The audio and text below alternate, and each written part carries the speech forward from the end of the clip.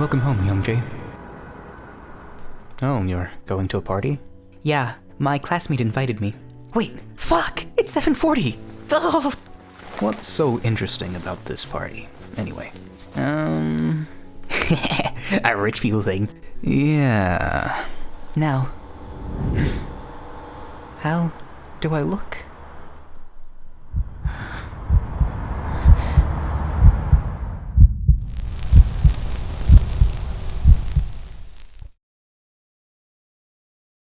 For people who do not know who you guys are, and what you've done, and what you do, and what the hell even this barcoded thing even is. Can you tell us, please? Of course, my name is Golzy. I started off drawing when I was like 7 years old, I guess. Fast forward, when I was 13, I have a huge hyperfixation on Ninja Turtles. And this is where the canon events start. So I made a fan comics of a Ninja Turtles called Behind the Darkness, Night Protector. That comic blew up for a 13-year-old and 14-year-old. Yeah, back when I was like 13 until 17, I was studying in art school. It was like, yeah, it was like 4 hours drive away from home. So it's kind of like, drawing comics was like my go-to like cope, I guess. Like, okay. After I finish my homework, I'll just draw comics. So every day, every night, if I have like no homework whatsoever, I'll draw.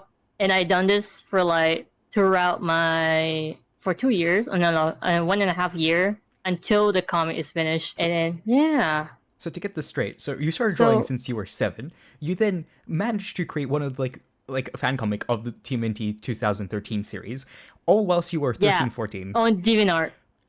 On DeviantArt. That is amazing. It was so popular on DeviantArt. Like, I think if I remember correctly, every time I post a page, I woke up the next morning, or like I came back like a month later and be like, there's like hundreds of comment section. And who's this rabbit next to you? This rabbit is this one Leo. right here. Hello, Leo. What are your origins? Name's Viper. I'm also called Leo. That's my name, I guess. I started writing pretty young. Like, I was already creating lots of like little short stories and that sort of stuff. I had very big aspirations, still do, to become like a well-known author when I was a carefree child who didn't have to worry about things like money and work. How I came across Golzy? Yeah. There was two things. I have to ask. So how did you two are very, very different people from two different places with very different backgrounds, right? So how the hell did you two become the author and co-author of this amazing webtoon series? What's the story? Me and Leo share a certain interest of a media, which is K-pop. I'll be unashamed about this. All right. Oh. And there was like a little fan artist server that we were both in. I think Golzy was a moderator at that point. I was a mod. Yeah. And we had a few art mutuals. Shut up, you. Look at this man. Look at this geezer. We love them. So am I getting this straight? Very, very much. Essentially, what happened was there was a bit of a mixing pot of this Discord server regarding this K-pop thing that I have never once ever heard of. Never, ever, ever. And one thing led to another, and all of a sudden there's barcoded. How did that happen? How did you guys go from, talking in a Discord server and like, ooh, this is an interesting piece of art? How did you go from this Discord server all the way up to an entire webtoon? What happened? So, when you were in the UK visiting family, I'm pretty sure, Golzy, that you approached me and you're like, I'm thinking of like rewriting this particular fanfic. And at that point in time, I was giving Golzy all the angst. So it's kind of like a good match. We both have like ideas of hurting characters, but in a way that makes us, the writers, also feel pain. So essentially what ended up happening, if I'm getting this straight, was you had a few angsty ideas, and Golzy already had a bit of experience creating some very interesting webcomics. So then, why did you two decide to work together?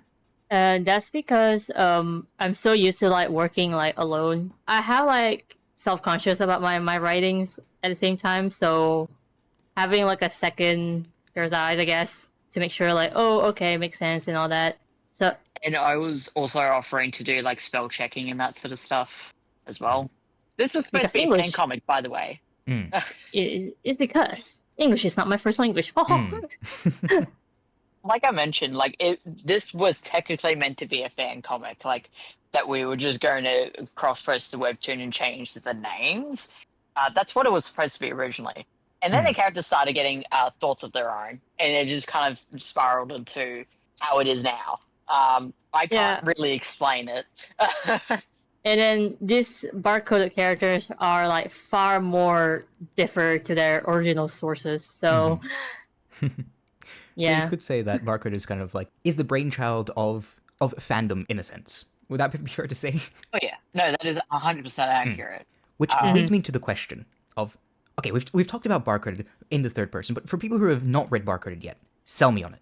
What is Barcoded?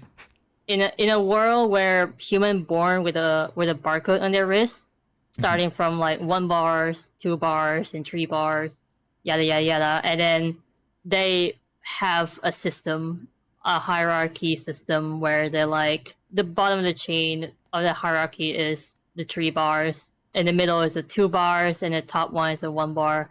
At the very top of the pyramid, I guess they given like the most privilege, the benefits in the society and in the for example, like free free education for 1 bar only. 3 bars you gotta work harder, like that. I don't know. But I'll be honest with you, Golzy, I don't think you're selling this well enough. Going through Barcoded, I can feel so much passion going through it. It feels like it's just over there in the surface. And I think we can get to it. Sir, Golzy, what do you love about Barcoded? About the story. What I love about Barcoded is the characters. It's the angst. Yes, there we go. Yeah, it's basically all the characters. Yeah, that I'm very like fell in love with most because they're like we're kind of like very focused in depth more to the characters dynamic more than the word that established. But yes. So we could say that Barcode is really about like the fandom aspect of these characters. It's basically like it's don't get me wrong, it's a very interesting world with a lot of nuance that you guys have already thought about so much. But the very core of the series is about, honestly, I can feel it to the screen. You guys are just fangirling over your own characters to a certain extent, right? God, because I am. Yeah. Yeah. And that's what it's that passion that personally like brought me into Barcoded. Yeah. I love Hyunju. I love Hyunju. And do you though? He's my son. He's my son. Leo, earlier you said something about, you phrased this very nicely, like the thing that you bring to Barcoded is the angst, right? What do you mean by that? What do you mean by the angst? Like, for me, I wanted to be able to tell a story that isn't necessarily something that everyone else is going through in real life, but there's still like kind of an aspect of that there is nothing to lose with this. I'd say like as well, like you get to have an understanding of why is it that the world is this particular way. Like what leads these people to do these things? Like what opportunity were they being barred from from the overworld that they have to seek from the underworld? Yeah. In an essence, like I want people to also be able to have like, obviously they can't see themselves one-to-one in this particular story. I don't expect people to, because these characters have their own kind of like personality and that sort of stuff. Like it's also very diverse story. I really want to yap more, but like I can feel Golzy staring at me, and I can feel like the heat being bored into the back of my head. I'm just side-eyeing.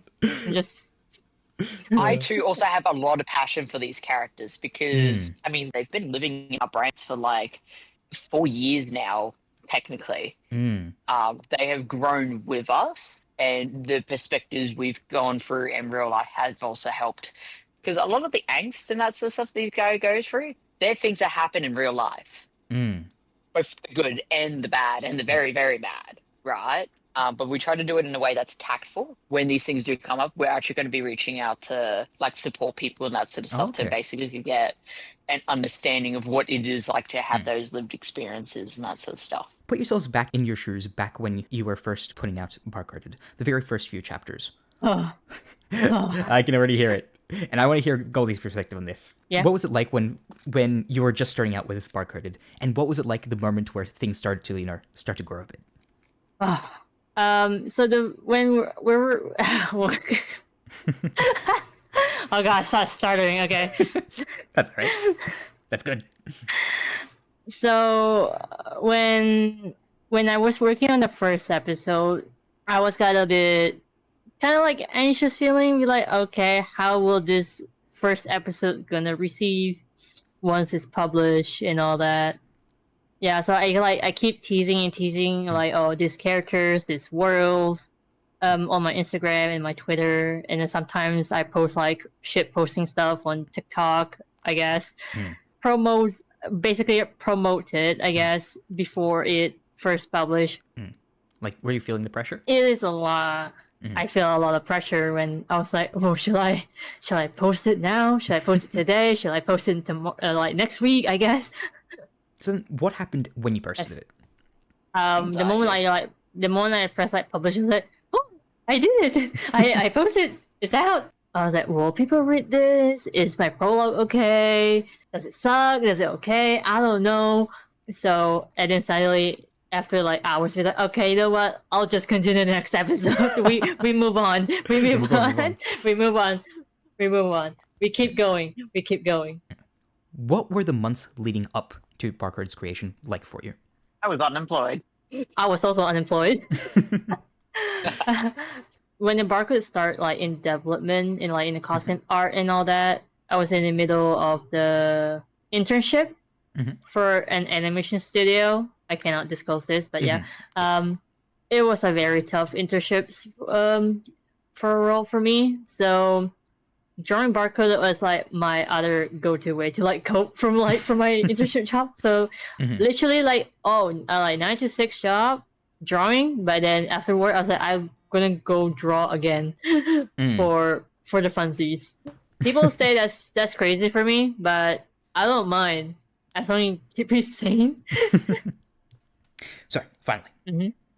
How the hell do you two do it all? Because right now, Golzy, you're post on social media. You make animations. You make a crap ton of artwork. On top of that, you're also doing like what was it called again? Cons. You're doing a crap ton of other stuff. You're also doing commissions on top of that. Whilst Leo, you have a goddamn full-time job at one of Australia's biggest filkers. Is that right? Well, not full-time, but like yes. You're working a lot of hours, especially right now. Right? I do full-time hours. I'm doing full-time hours. Yeah, exactly. Yeah. How the hell do you people like not burn out? Well, I do burn out.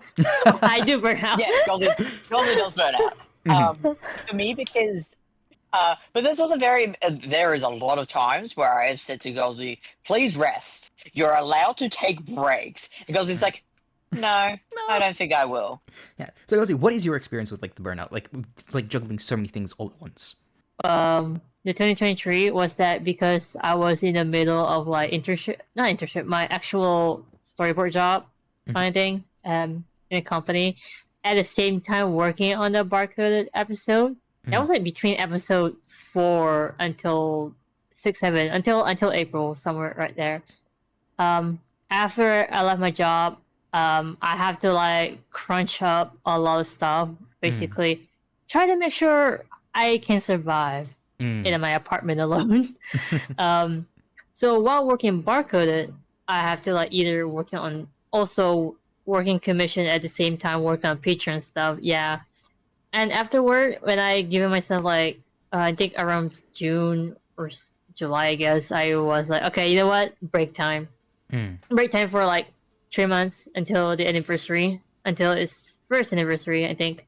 But even though burnout, basically, I still draw. It's just, I only draw like whatever I feel like it. Go touch grass, actually touching grass, meet people in real life, basically. So it sounds like you first got burned. Photos of them touch grass. Yeah. It sounds like you first got burnt out like during like the storyboarding job or even something before that, which then led to a place of just a lot of instability, right? And then basically led to a bunch of really, really hard work on your end, Golzy, right? And finally, you kind of ran your tank dry, right?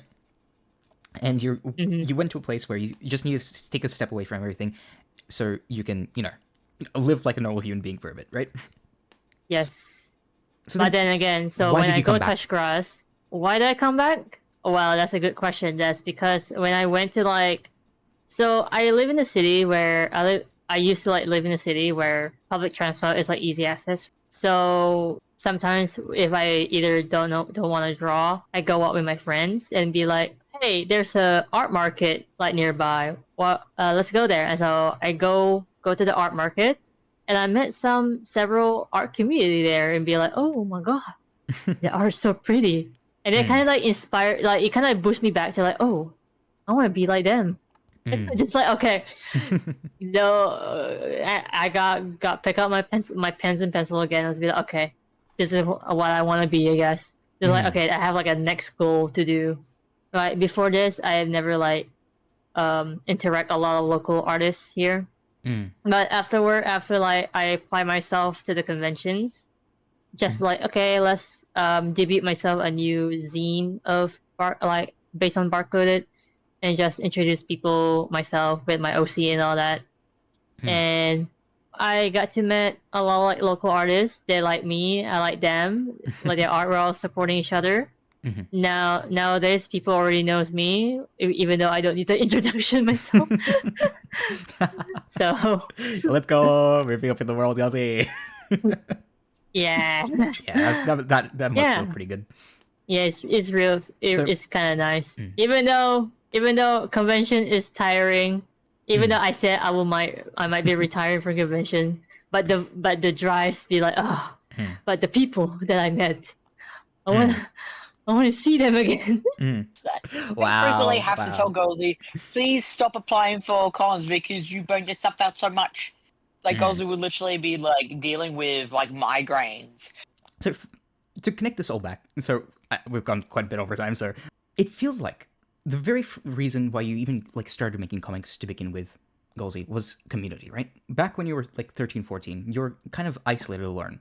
Back like during art school, so you basically retreated into the art community, creating like fan comics of some of your favorite characters. Flash forward into the future.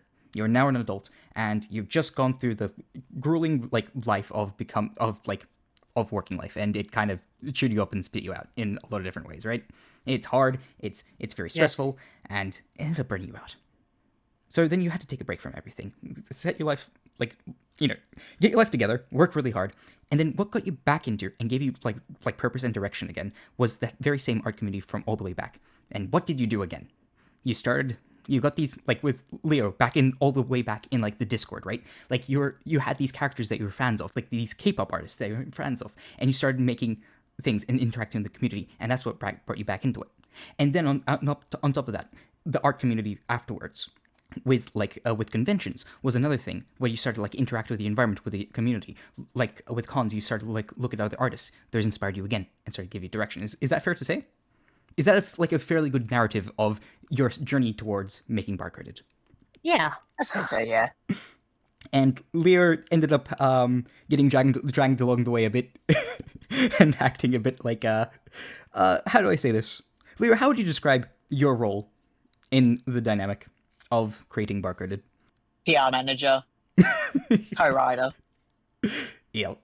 I have put so much effort into Barcoded, like I cannot see myself stepping back for any reason. Like even if I like lose my job and that sort of stuff, I'd probably put in even more into Barcoded because now I know like where it can go from here and that sort of stuff. And there are a number of connections that I think without Barcoded, I wouldn't have met like a lot of lovely people. But also I do not wish to be perceived. Yeah. they don't wish me to receive. Meanwhile, me be like, oh my god, I'm gonna show them to the world. I gotta show them. But then again, I've been perceived as a Ninja Turtle artist and the artist from the Undertale, so I've been perceived a lot. So We don't talk about Undertale. In a lot of different ways. you don't talk about Undertale. Don't talk about Undertale. All right, I won't bring it up. I won't bring it up. Just trauma. In a lot of ways, it really does feel like Barcoded is very much a love letter to like the art community and the fandom community in a lot of different ways. And that's the reason why I personally love Barcoded so much. Sure, the characters are amazing. The writing is great. The character design, the art is even better in my opinion, because I'm an artist, and therefore I must value art above everything. And that's why I personally love Barcoded, because I love these two right here next to me. Okay, not in that way, but as in, yeah, you know what I mean. Okay, I'm making this mushy. Thank you, you two, so much. It's been both an honor and an incredibly fun time with this interview, and I thank you so much for this opportunity to talk to some. Thank you, Lobster. I didn't think you had any emotions, Lobster. I thought you were just a lobster. Lobsters don't have emotions. Lobster, quick interview. Favorite ship of Barcoded? Oh, don't go, guys. Why would you do this to me? Yeah. Favorite ship. This will never happen. Not in the slightest ever possibility. But I would love to see art of this. Kangmin with Siu. Oh. Yeah. I know it's a. Oh. Have never expected